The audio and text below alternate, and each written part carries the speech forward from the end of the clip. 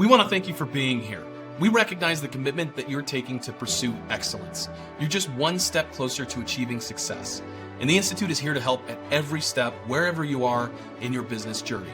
We've helped thousands of shops over decades and across the nation, from service advisor and manager training to a shop that's just starting out, or even those who are planning their growth, scaling from 10 to 20 to 30 locations. Those that are preparing for private equity sale, or even those that are succeeding their business to the next generation. The Institute and our many coaches with years of experience, both from inside and outside the industry, are here to provide education and tools to get you on your way. You do not have to do this alone. We hope you enjoy the content to come. For a better business, a better life, and a better industry, the Institute. Good morning, good afternoon, good evening, or good night, depending on when and where you're watching this from. It is a beautiful day outside, no matter where you are. Go outside, breathe some air, stand in some grass, get grounded.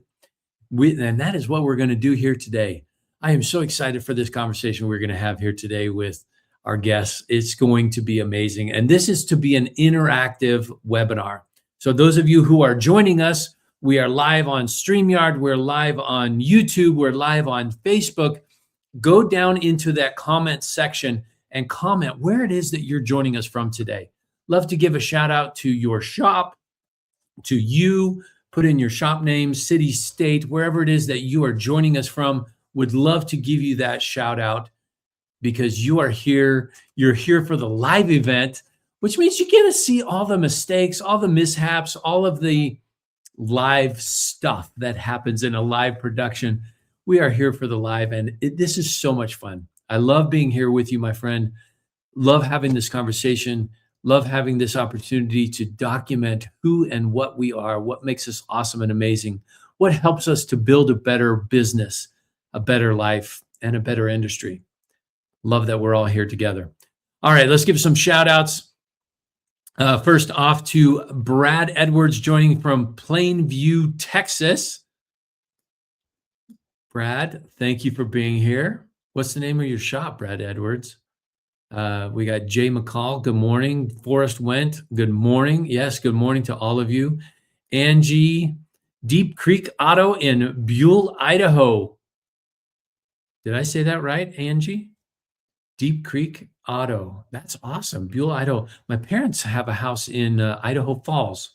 Are you close? Is Buell close? Matt's Import Haven, Whidbey Island, Washington. Welcome, Matt. Glad you are here. Jay with J&V Automobile, Alabama. Jay, how the heck are you, brother? Got to get down to get some good food from Alabama again. My parents also own a home in Pensacola, Florida. So when we go to visit mom and dad, Jay, I'm going to have to swing by and say hello.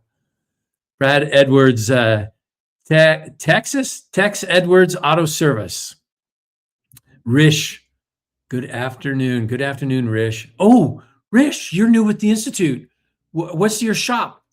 Put in your shop here so we can say hello. Rish, glad you're here. Dante, M-Serve in Walnut Creek, California. Dante, welcome. Glad you're here. Angie, yes, I did say it right. Oh, cool. Thank you. Clint Jones, Concord, New Hampshire.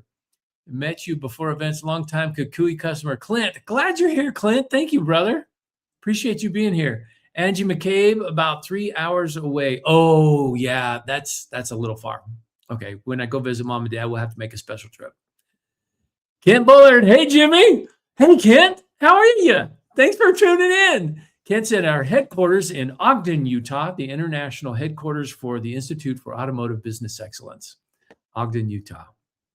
Rish is with Meccano Auto Works in Mississauga, Ontario, Canada. Oh, Rish, I think I've been through there. I drove up there one time. I went into Toronto and drove all the way up to Blue Chip Casino. That was awesome. That was so much fun. Clint, Accomplished Auto, also new with the Institute. Welcome, Clint. Glad you guys are here. Thank you so much. Thank you, everybody that's here for this live event. And to that comes our guests here with us today. Thank you, Oh, and Cecil Buller joining from the Institute International Headquarters in Ogden, Utah. Thank you, Cecil, for being here, brother. That's awesome. To our guests joining us today, a facilitator, a coach, a one-on-one phenomenon, a member of the single club, the $1 million net club, Parker Branch, Parker with Parker Branch Automotive and Truck. Parker, how are you, brother? Doing good. Joining you from Branch Automotive and also representing the Institute. Thanks for the intro, Jimmy. You're welcome. Throw up his Parker Branch Automotive in Highland Ranch, Colorado. I've had the distinct opportunity of spending some time with Parker and his wife at his home. There was one summer that we went up there for a National Speakers Association conference, and Parker was very kind. Thank you, Parker, for extending the invitation to come and stay with you and your family there. What a beautiful home you have. Thank you. Thank you. It was fun having you and Rhonda down at the place. Yeah, for sure. How's the shop doing now that we're into 2026? We're doing well. We're starting off the year pretty good. Excited about January taking some direction finally. I know we've all in the industry have noticed last year was a little flatter than a lot of people wanted, but still moving in the right direction, had some positive growth and a good start to the year. Oh, that's awesome. And congrats on your accomplishments with what you've done there with your shop and being the recipient, the one and only single recipient of the $1 million net club. Congrats, brother. That's awesome. We're going to try to do it again and again. Yeah, absolutely. Please do keep doing it and spread that mindset, spread that desire to others. We just honored to have you as a coach and one of your proteges, as Josh was saying the other day. He's going to tune in to hear about your protege with Sarah and J.R. LaFlamme with LaFlamme Auto out of, you guys are in Massachusetts. Yep, the LaFlammes, they're rock stars. They've been great. Yeah, wow. And hi, everyone. Hey, how are you? There you are, Sarah and JR. Oh, thanks for having us. We are in Massachusetts. We're in Westfield, Massachusetts, which is on the other side of the state from Boston. So most people just assume Boston, but we're not near there. You're not from Boston, so we can't expect the Boston accent then at all. We could try it. Yeah, we'd all have to fake it. God. Yeah, nah, forget about it. Well, that's cool. You guys had some pretty good weather here just recently. Yes, we got into the 40s, which is like that's a heat wave in January in New England. So it's been nice. Went out with just a sweatshirt and a t-shirt yesterday. I had a very humbling experience. So I've just recently moved from the desert to the cold weather. I'm a desert rat. I admit it. I fully admit it. I get cold easily. I don't like being cold. I was walking into Costco in my stocking cap and jacket, and walking out of Costco was a gentleman in a tank top and shorts. Was it 35 degrees that day? It was. We would do that too. Yeah, we have people out here that shovel snow in shorts. Oh yeah, Wayne Marshall talks about it all the time. He's out in his flip-flops shoveling snow in shorts and a tank top, and it just gets the job done, you know? Yeah, you gotta do what you gotta do. Oh, that's awesome. Well, the LaFlammes, thank you so much. We appreciate you joining us. I've got so many questions for you. Did a deep dive into your notes. Thank you, Parker, for taking copious notes as you're coaching with JR and Sarah. This is awesome. I want to kick this off by asking a question about coaching and training. What is it? Well, when you first started with coaching with Parker, what was the pain that finally pushed you to say, yes, we need help? And that's probably before Parker. That's probably going back to when one of my guys reached out to you from the Institute. What was that pain point that said, oh, yeah, you know what? We need some help. Yeah, so the pain for us, I think, started well in advance of us reaching out to the Institute. We were in, I think, our second full year, and we had an employee who had to take a leave.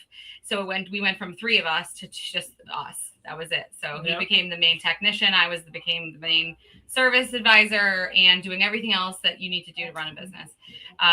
It was okay for a little bit, and we were trekking through, and we were like, we can do this. Yeah. And then we started getting a little bit busier, and we started seeing the cracks. There were, we were, not hitting deadlines with cars. I was missing deadlines on administrative things. And I was like, we just can't keep running around like chickens with our heads cut off. I mean, I was working 70, 80 hours a week, like nonstop, and it was pretty much burning me out. Yeah. Being the only tech and so on and so forth. So we were taking our work home with us. We are married.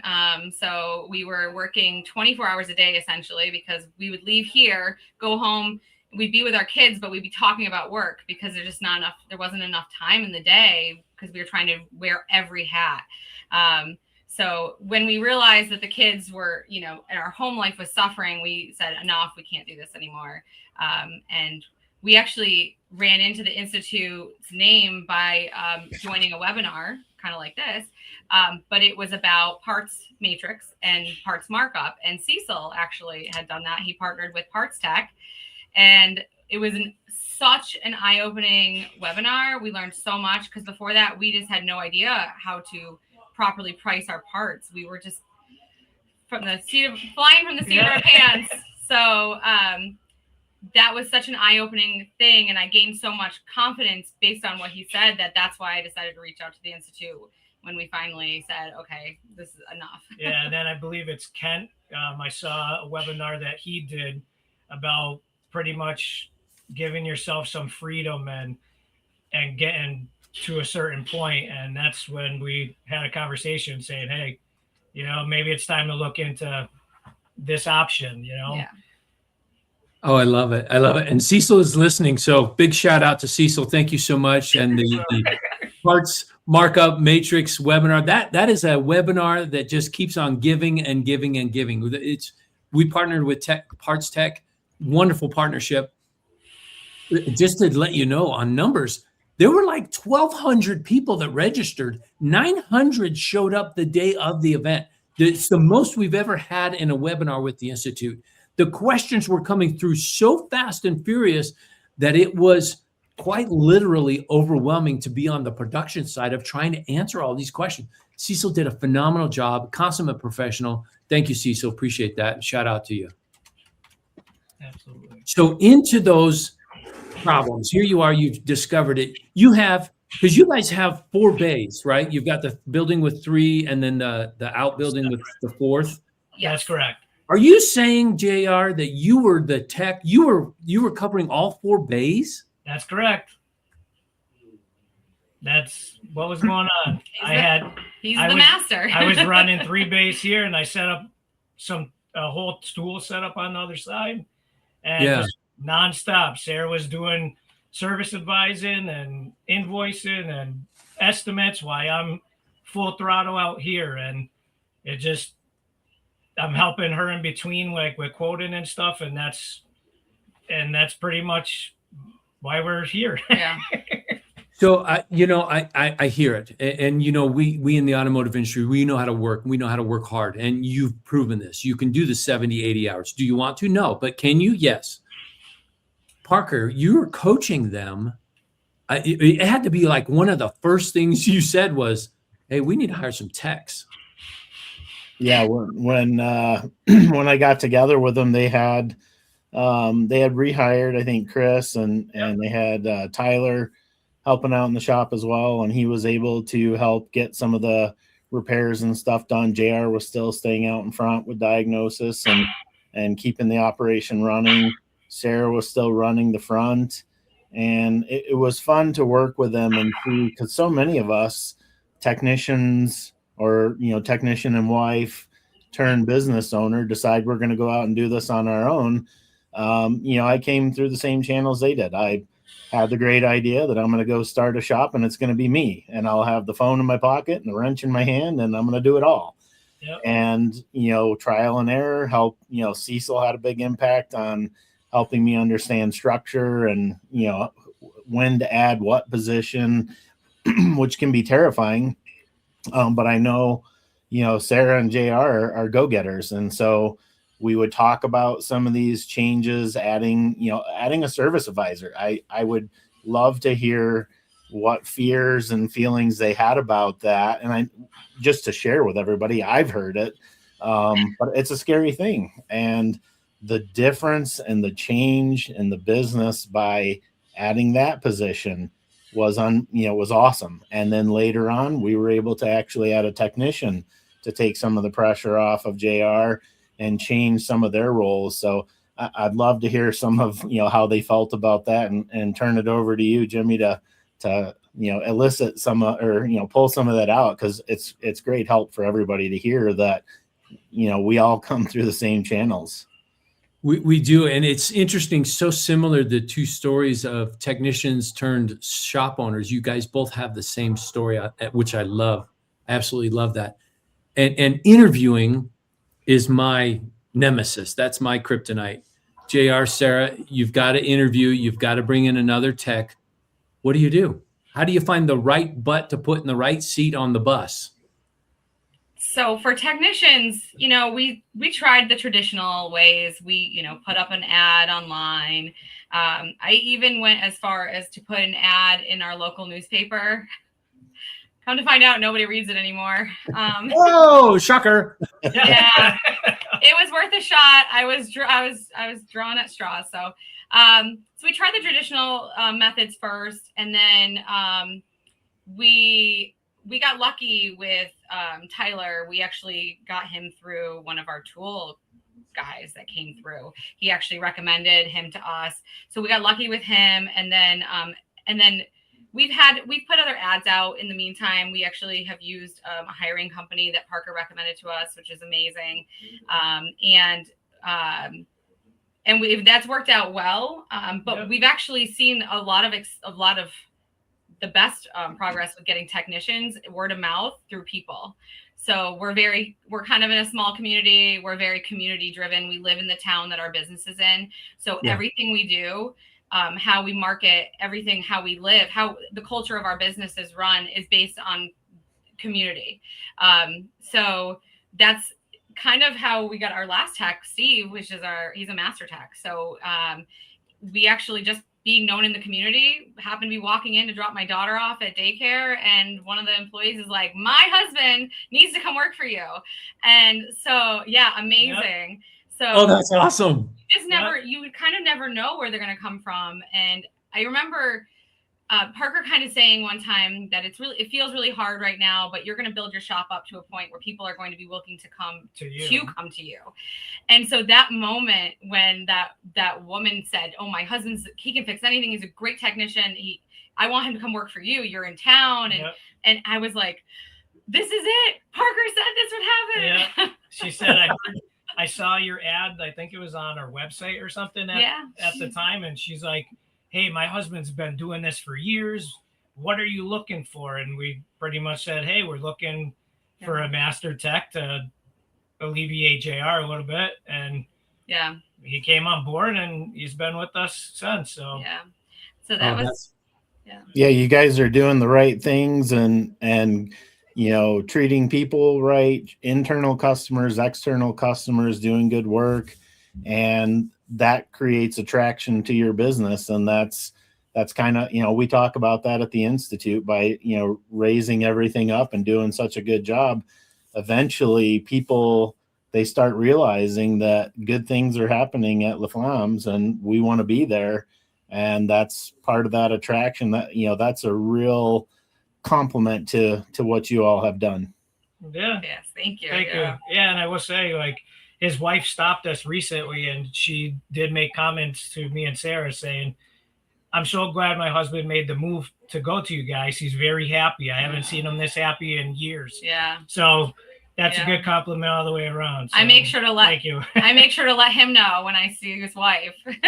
Oh, that is awesome. Your wife said you're so happy here. Yes. Let me remind you, Steve. And Steve is ZZ Top, right? He's long Steve beard. is ZZ Top. Tyler looks like he just stepped off the high school graduation stage. Okay, but he's not. Nope. Yeah. How did you find Tyler? Tyler was through our Snap-on dealer. The Snap-on dealer. Okay. Yeah. And then you said you also hired somebody through, was it through Sarah Fraser? Yes, we did hire a technician through Sarah, and that experience was great through AIM. And that technician in the end didn't work out. We had them on for about 5 months. Unfortunately, it didn't work out, which was really disappointing for us because they fit our culture so well. And that's so important to us because we're in very tight quarters and we're here so much that it's like almost like being at home. So we want to make sure everyone jives. So unfortunately, that one didn't work out, but we've got, Sarah always on speed dial for all of our needs now. Oh, that's good. I'm glad you clarified that it was longer than 5 minutes. Months.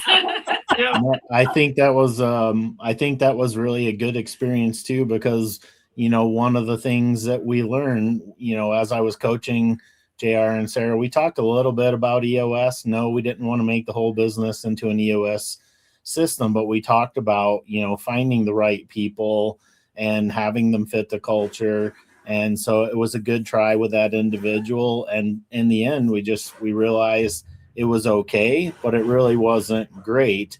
And when they let go of okay, that made room for great to show up. So it was a good lesson. Yep, absolutely.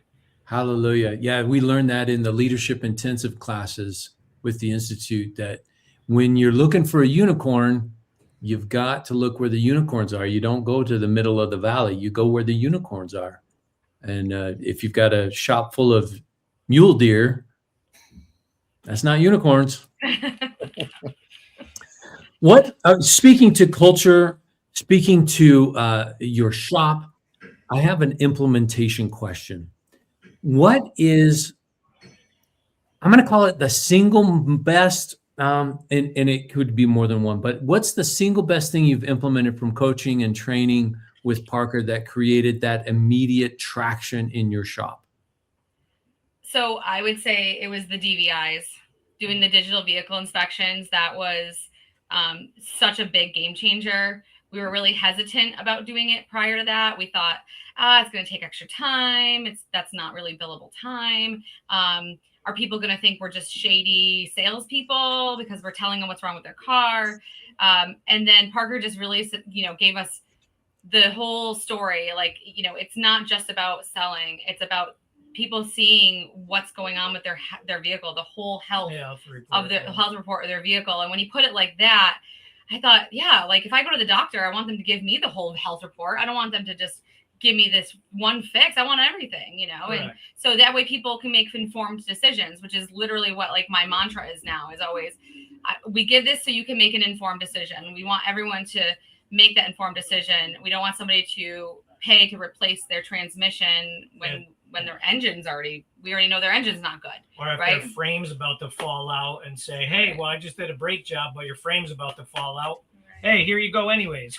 Yeah, we're in the rust belt. So we're, frames rusting out is very common. So that was probably the biggest thing was actually implementing it and putting it on every single job and making sure that we are very thorough. And that was a lot of training with our technicians to make sure that they were going through and thoroughly doing this inspection. Because you can have them just look at it, but if they're missing things, you're not giving the customer the full picture for them to make the right decisions. And working with Parker, we came up with like kind of a little game, I would say, for DVI to make sure all technicians and stuff are doing the DVIs properly. And DVI rodeo. DVI rodeo.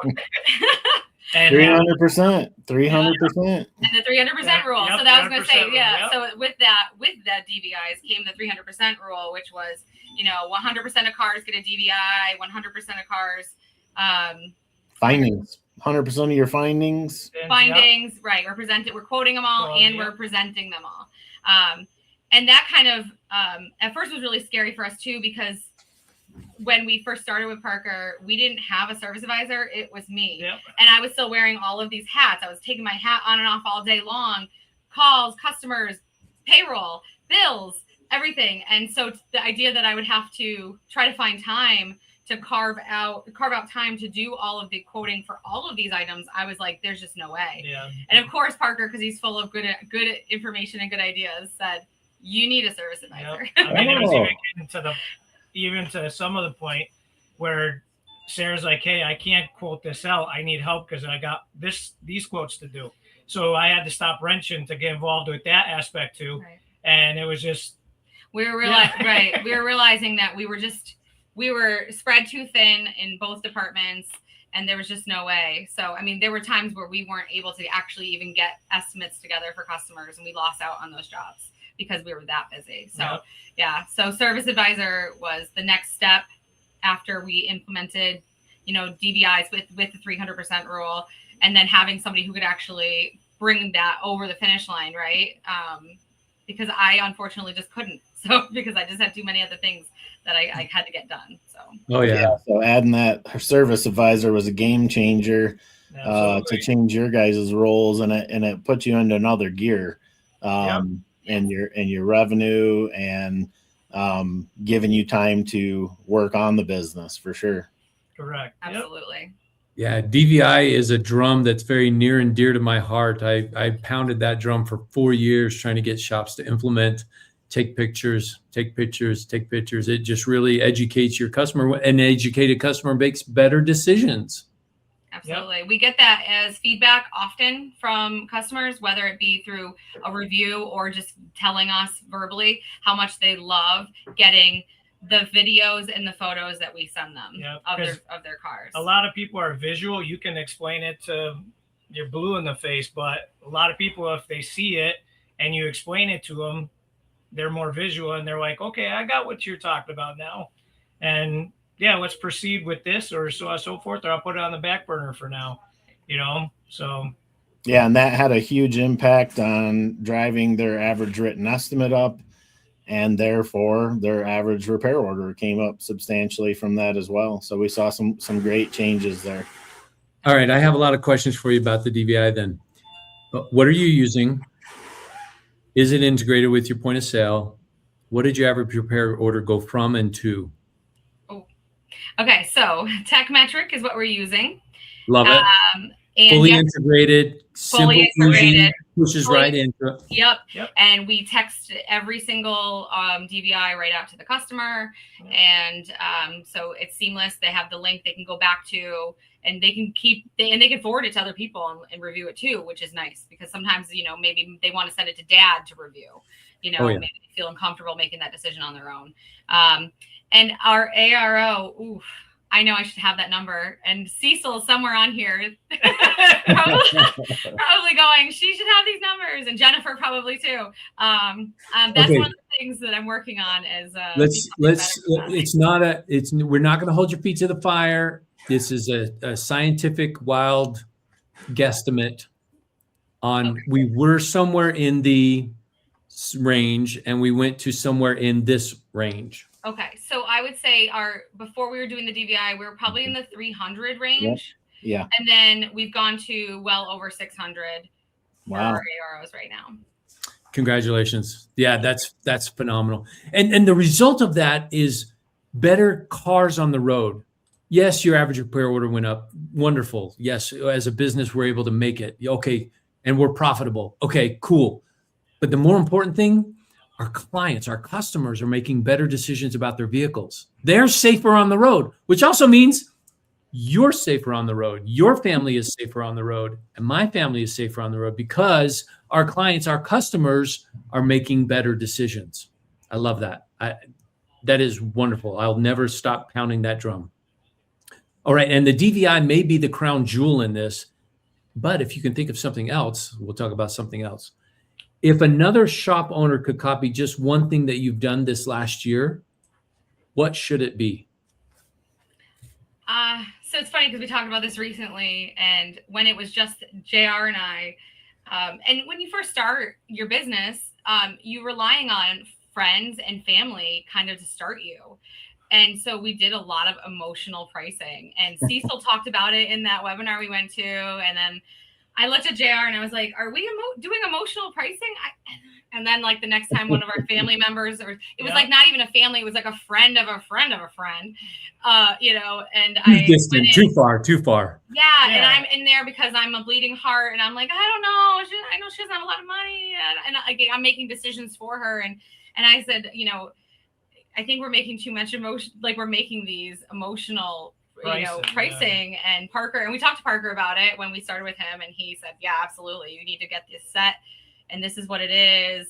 And that actually is kind of like, it all kind of went hand in hand with having that service advisor position in, because now I'm a step back from that. I'm not doing the everyday operate like that part of it. So my service advisor is doing that. So I can't get emotionally involved because, and he doesn't care because it's not his family or a friend of a friend of a friend, right? He's not going to be emotionally involved in that. So that has really helped us. So I would say, no, don't do emotional pricing. All you're doing is just discounting and your value. And I love helping people, and we'd like to help people as much as we can. But if you're not in a position where you can help people, and we weren't when we were in that position, to help people. We were barely skimming by, but we were cutting ourselves short because we just want to help everybody. So yeah. So important thing I think people to learn. Yep. Yeah, that is so true. Parker, what about you? What's one of those things that another shop owner, if they were to copy one of the things that you have done in your shop over the last year, what would you suggest? The first thing that comes to mind was when you presented that question, even to JR and Sarah, is that I was thinking about, when I started Branch Automotive in, the end of 2009, actually started functioning in 2010.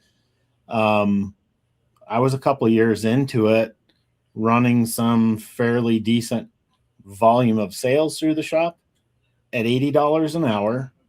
Ooh. And I don't know what my parts margin was because I didn't have a coach. Therefore, I didn't know. Yeah. So for me, when I first started to try to get some coaching and was introduced to the Institute and actually understanding what the best shops in the industry and putting these pieces together, that was a game changer for me. And I think Sarah is very sharp with numbers and paying attention to that. And she was frustrated because she wasn't where she wanted to be, but she also didn't know where she should be. And I think that was part of when we first talked, they were like, there's a little bit of, are we doing the right things? Where should we be? What do we need to change? So, I don't want to take a whole bunch of credit because I give the credit to Cecil and the Institute and Jennifer Holbert, the people that have coached me.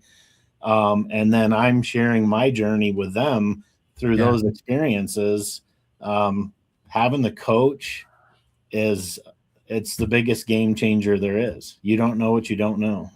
Absolutely. I would agree. And if I could just jump on that, one of the first things that when we met with Parker at our first meeting was he kind of said, like, what is your goal? Like, where do you want to be? So because from that, he started building us kind of our outline, right? Like, think of writing an essay in high school. You kind of start with your outline.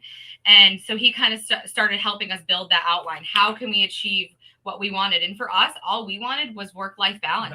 Yep. We don't want to be wealthy and rich. I mean, it'd be cool if we were, but we wanted to be happy. We wanted to be present for our time with our kids, and be able to leave work behind, and still have it, be successful. And we, and be able to travel. We didn't take a vacation for years. Yep. And it's hard because it's not just us, it's also our kids. So to tell them, oh yeah, we can't take a vacation again. And they're like, well, everyone else is taking vacation. Yeah. Or not, or also not being able, kids wake up in the morning, not being able to see them before school. Right. Or seeing them right before they go to bed. Right.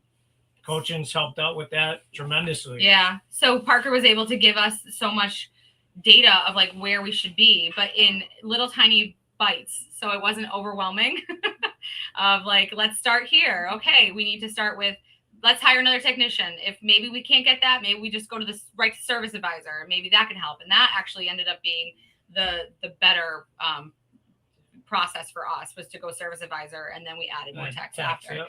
But to not know to know I had these numbers, but is that the right number? Should my parts margin be this? Should it be that? Should my labor margin be this? I don't know. So for him to give me, am I spending even down to like the expenses? Am I spending too much on my accountant? Am I spending too little on advertising?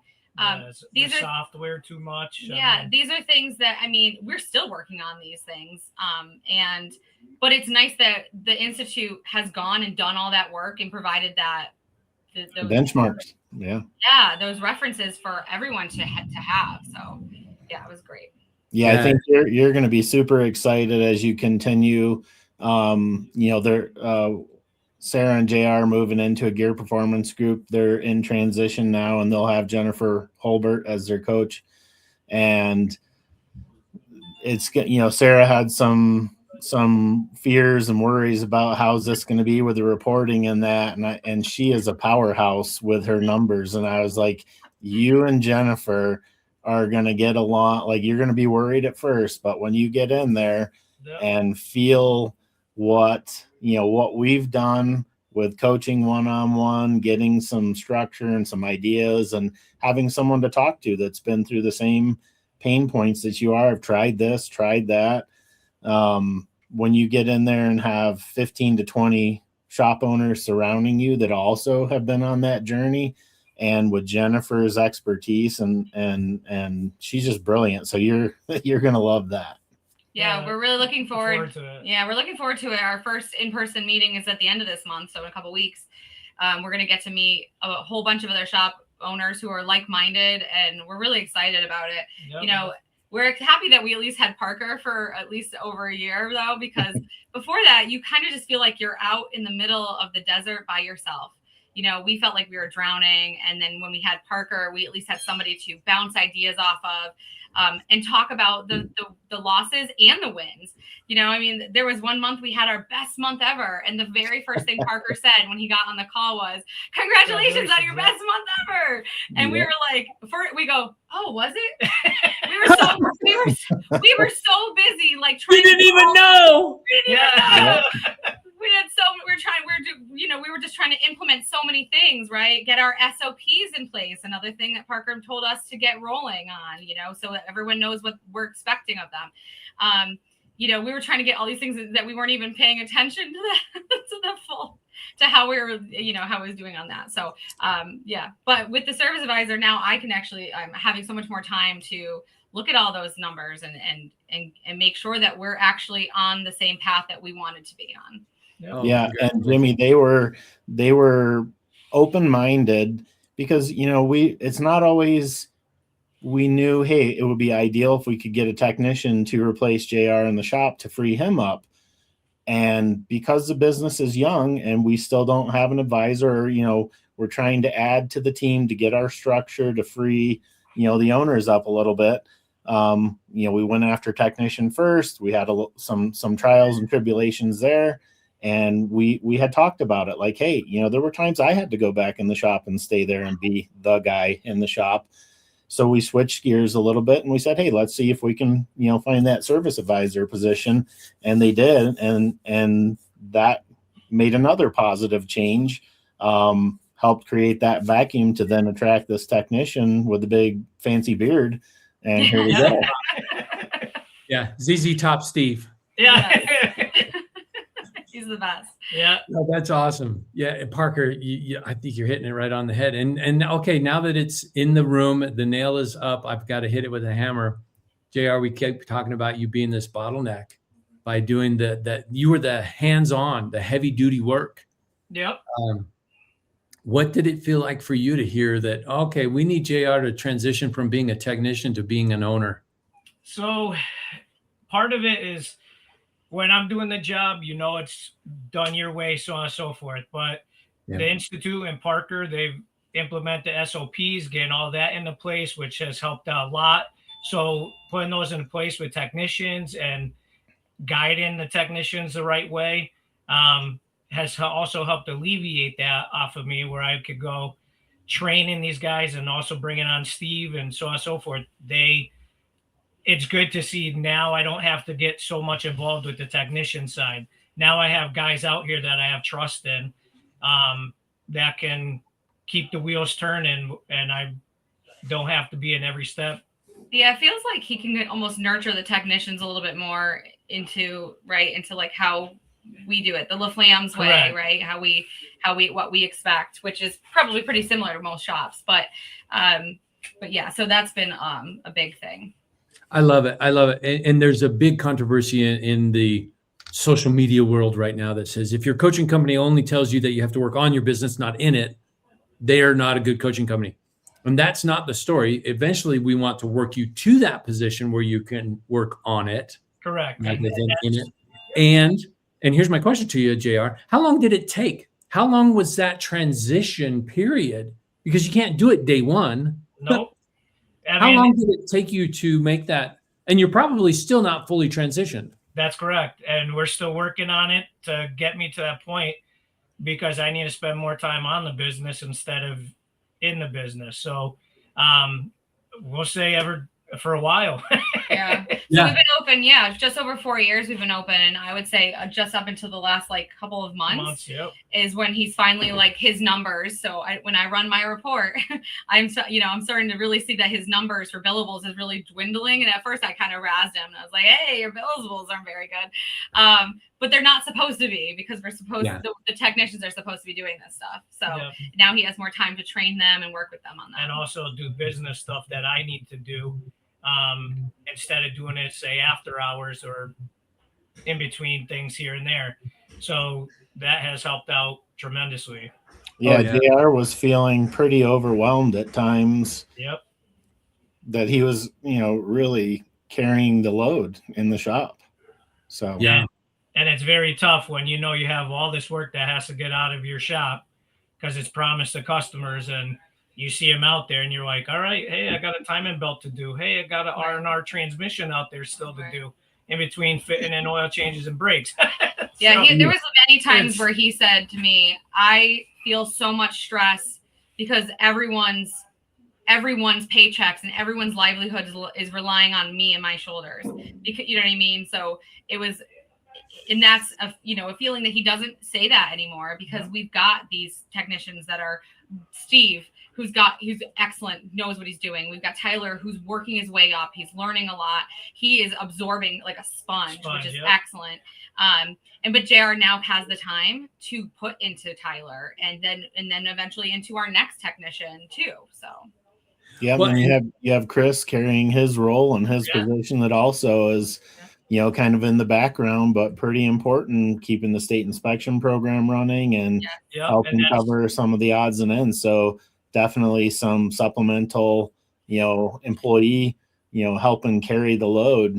And they've done a great job of knowing that. And when the business is young, you may still be in and out of the shop some, but you've seen now the difference that can happen with adding the key areas of staff. You've seen what it's like to have that position maybe come and go and what the impact on the business was. Now understand the importance a little differently than you did before. Correct. And like you were just saying, having Chris here also alleviates me a little bit, because if I'm tied up doing something, everybody under technician stuff like that know to see Chris if JR or Sarah's busy. So that's advice I would give other shop owners too. Eventually, when you get to a point where you're wearing too many hats, you need to think about getting a jack of all trades kind of guy, the guy who can be in the background, which is our guy Chris. He has trained in every department and done everything in the shop except for my stuff, right? Like accounting. He's cross-trained in all of it, so he can back us up. And that's what we worked really hard for the last year, was to try to get him into that position, get him trained up and everything too. So that way we can leave and go meet other shop owners in our gear performance group. Otherwise we wouldn't be able to do that. Correct. And they each having somebody there that knows the business, the way, the direction, how things are operational. Having people go to somebody else when you're not around is a bonus, because you don't have the doubt in your mind saying, hey, is this getting done? Well, I know they're going to go see this individual. They know how we do things, and they're the go-to if we're not here. So that is awesome. That is awesome. It sounds like not only have you been able to free up JR's time to work on the business, but bringing in Chris also allowed you, Sarah, to work on the business as well. For sure. The service advisor role and having Chris as our shop, like I said, jack of all trades, has really helped because I have been able to start delegating, which is a big thing. We had to, that's one of the hard things is being a business owner when you start the business is you feel like you don't want to let go of anything. And that's something that we've been working really hard to actually pry that responsibility off of us and delegate it to someone. And maybe they don't do it exactly how you would do it, but you work with them to try to get them up to that level. You know what I mean? And so it's been hard, but yeah, Chris has definitely done that. And then even JR being less of a bottleneck, right. And being alleviated in the shop has made it so I can actually hand him back some of these duties that I've been doing in addition to all my very like administrative and operational things, like, marketing, you know what I mean? Like, cause I'm doing all the marketing and stuff too. And then, but so now I can hand back some of the management, HR, like a little bit, some of these things back to JR as he has more time now, which makes it so I can spend more time moving the business forward, which has been great. Oh, that is really good. That is really good. All right, now we're to a point. This is a section of the interview we're going to call the worst or the most. The worst or most embarrassing implementations that you've done in the shop where you thought, well, that didn't quite land the way I imagined. I thought that might have gone a little bit different. What has been the most embarrassing rollout you attempted that didn't quite land right? I'm not really sure. Geez, that's hard.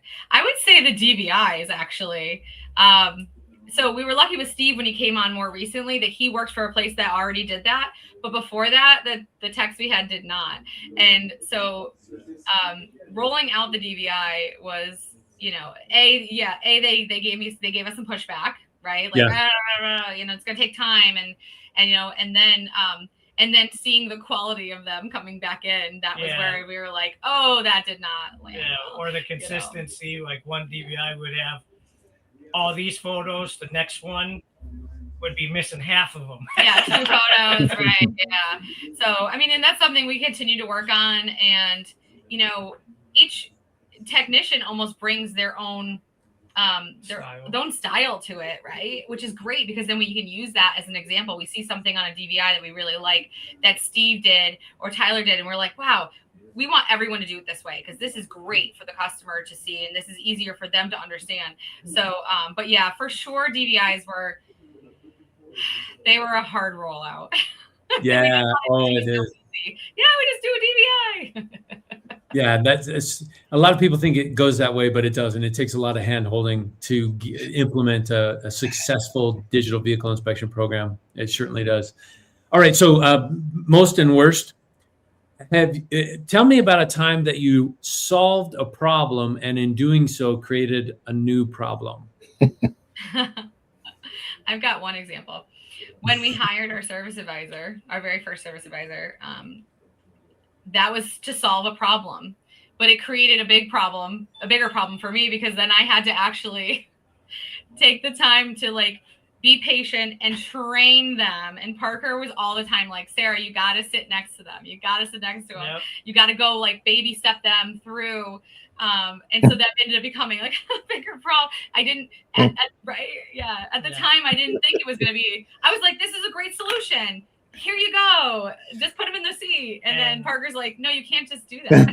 Yeah, and one thing I'll add to that is for a service advisor, one thing I would definitely suggest to people is make sure you put your time into them and make sure they have your procedures and they know your procedures and processes. So this way here, they're not on the front lines going, I don't know, I'm not really sure what to do. Right. So make sure you put your time into it with that. And Parker was great with that, helping us in that aspect as well. So yeah, that was a great learning experience. That was, you don't know what you don't know until you get there. And the individual that, we got hired and I remember getting on a call and Sarah was like, yeah, they've been here 2 days and I turned them loose and it's terrible.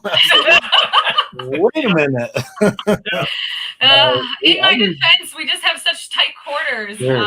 You know, oh yeah, so it was a space. there wasn't even room for me to stand next to them, so it was hard. So yeah, so we reeled it in. We talked about it, about how to, you know, I told them in my shop, even some of the higher level people that we've brought in in a mature, you know, business, 10 plus years, we still have, our manager was one of our best advisors, and he is joined at the hip with that individual for, if it's a very well experienced advisor, probably still a couple weeks, and if it's not, probably a month. And they reeled it in, and when they made their changes to the current advisor, they did a great job of really setting those expectations. And it's just like, you know, we were talking about, you were sharing about the DVI and some of the difficulties there. And I'm thinking there's a couple SOPs, setting the expectations with the techs of, hey, this is how many pictures we want and why, and the good and the bad. So, but they've done a great job of that. Thank you. Thank you. So as you're looking for advisors and you're looking for that advisor fit, is there a difference between a transactional service advisor versus a relationship service advisor?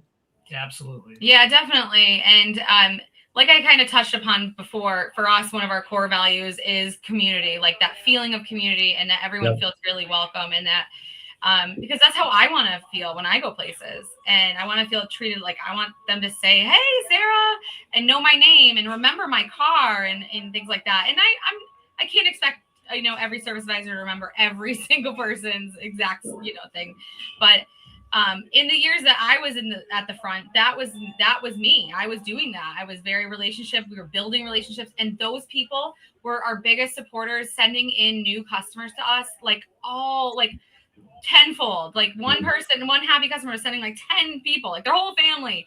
And so, you know, that was really important to us, is to make sure that people feel that there's that relationship, and that we're not just a one-off, well, we fix your car, take your money, and we'll never talk to you again.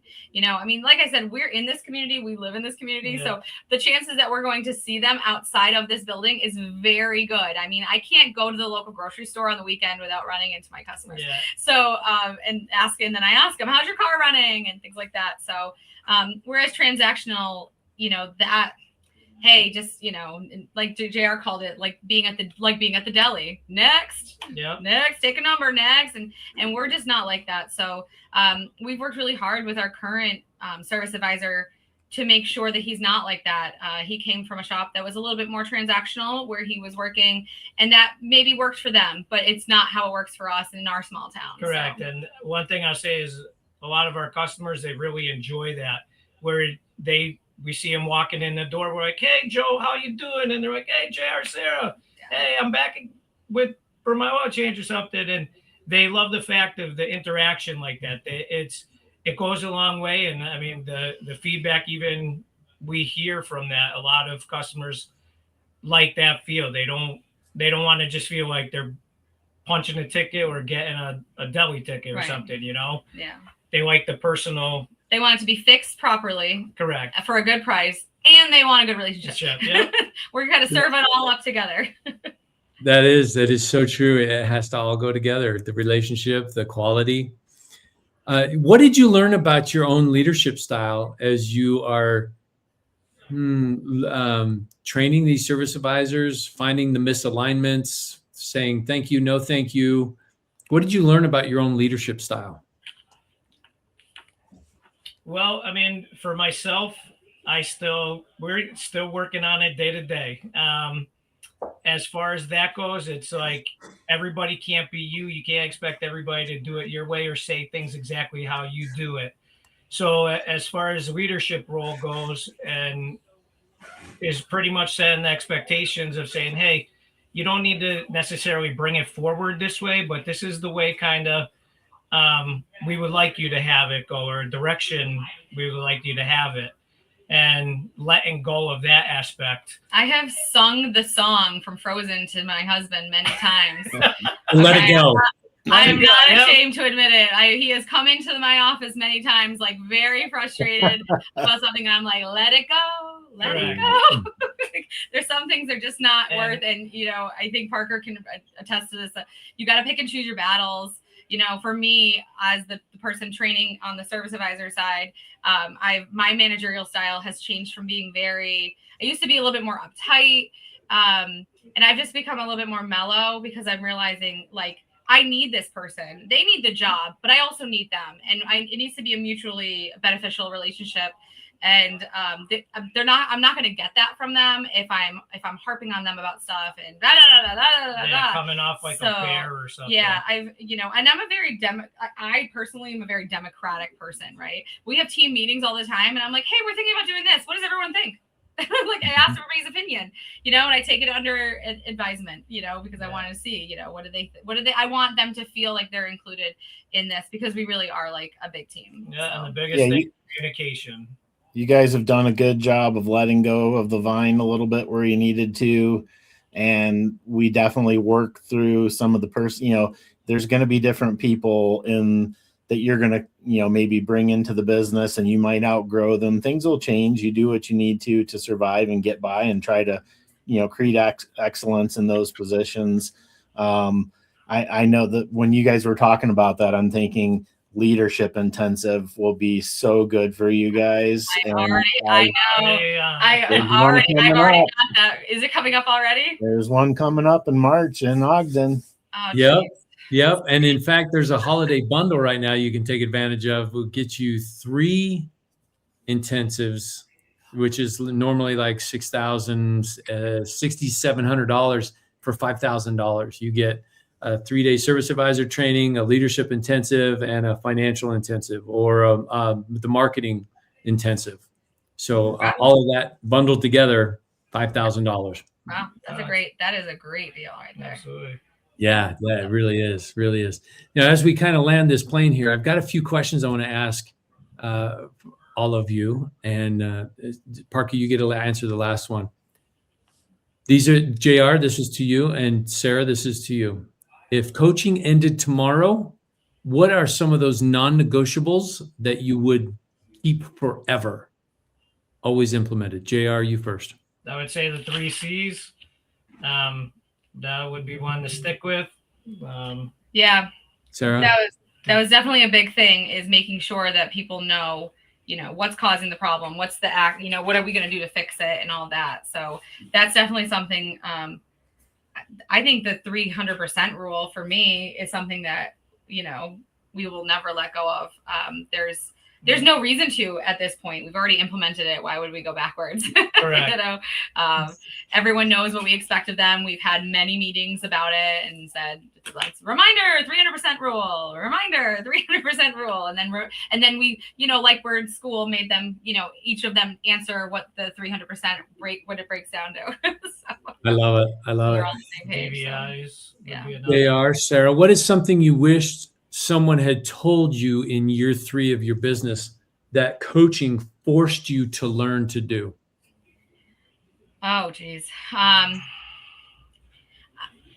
When we were I would say when we were in year 3, we thought that you to be a business owner, you have to be working in your business, right? Like in it, on the front lines and all that.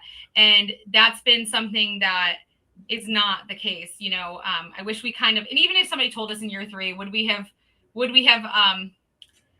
drank the Kool-Aid on that? I don't know right away. Sometimes it takes a little bit of time for you to get used to it, but you can't be working in your business 100% of the time and also working on your business. And that is something that has become so apparent to us in the last year, that you just can't do it all. And so you have to get the right people into those positions so you can do those things, so you can work on the business. And sometimes we still work in the business. JR was just wrenching on a car this morning. Yep.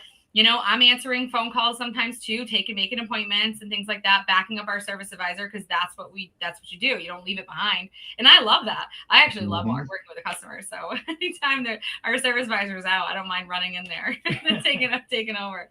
But I totally agree. And you step in, you do what you got to do. The business still has to run. We still have to keep the lights on, the doors open. And so you do what you got to do to make that happen. So JR, if you have to pick up a wrench, Sarah, if you've got to pick up the phone, Parker, if you got to pick up the phone, you do what you got to do to keep the business rolling. Exactly. All right, to JR and Sarah, and then Parker, you can answer this after as well. What would you say to a shop owner who's on the fence because, oh, we're just too busy, or we can't afford coaching, or we can't implement it right now? What advice would you give to somebody, a shop owner who's sitting on the fence? We literally said every single one of those things to ourselves. We had this conversation, and we're really lucky that there's two of us. We get to bounce off these ideas with each other. But we literally thought the same thing. We're too busy. How am I going to find time to meet with my coach in a month? I'm too busy. Yeah, and how are you going to afford it? How are we going to afford it and all that? And you know what? You just do it. You figure it out. You figure out a way to make it happen. I started looking at the numbers thinking, well, if we just do one more, four-wheel brake job, we can pay for this for the month. You know what I mean? Like, if that means that Jared has to get out there and do one extra one even on a Saturday, then we're going to do it, And so I think it was one of the best decisions. I think it was a hard sell for JR at first. I was really like an early, yes, let's do this. And he was kind of a little bit more hesitant. And a couple months ago. And I'll be the first one to sit here and admit it.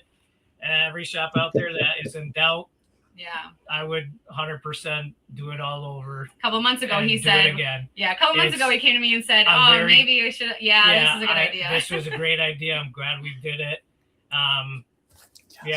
It puts you, it over time, and it helps you out. We're just so much happier now. Oh. Yep. We feel so much more calm and happier than we were when Parker first met us. We were frazzled. I don't have bags down to here anymore. Well, and Dylan agrees with you. He says you can't afford not to have coaching. Right. That's correct. It's something you just have to have. Parker, to you, what do you say to the shop owner, the coach, or the shop owner that's sitting on the fence? I mean, it changed my life. Like, I was in a 2-bay shop doing 800,000 2 years in a row, charging $80 an hour. I probably should have done almost 2 million those 2 years. But the path, the people I've met through the industry, through the Institute, and going to the summits and different trade events, it's broadened my network. I've learned so much from the Institute and the people they brought me together with that has literally transformed my business and my earning. And I mean, if you're on the fence, I get it. I was there too. I was terrified to spend the money, just like JR and Sarah were saying. One of the things about the Institute, give it a try. What do you have to lose? A month or two? That's one of the things that, like, I am so proud of Cecil and Kent and Wayne and the Institute over that whole strategy of, we're not asking you to come here and give us your mortgage off your house and you're stuck here for 5 years. Come in and give it a try. If it's not working for you, here we go. Yeah. If it's not working, you can bounce. Ours is a month-to-month agreement. JR, Sarah, thank you so very much for joining us, having the conversation. Thank you for your success. Thank you for keeping going and keeping at the grindstone. Parker, thank you for being their coach and not letting them have excuses that were acceptable. There's no excuses here. It's get the job done. So to both of you, to all of you, thank you very much for joining me today. Thank you very much. Thank you very much for having us. Yeah, thanks everybody. Yeah. Hey, and if you're listening to this and this is some information that has resonated with you and with your shop, you figure, oh, I'm in the same position. I've got the same thing happening at my shop. We would love to have a conversation with you. And that's what it starts with, is a conversation. So right as we finish, you're going to see a QR code pop up. We're here to help you build a better business, which in the result is a better life for you. And the net result for us at the Institute is a better industry. So let's all lock arms together. Let's lock arms together and help improve your shop, your business, and your life. My name is Jimmy Lee with the Institute for Automotive Business Excellence, and this is the Leading Edge Podcast. Talk to you soon. Thank you. Thank you.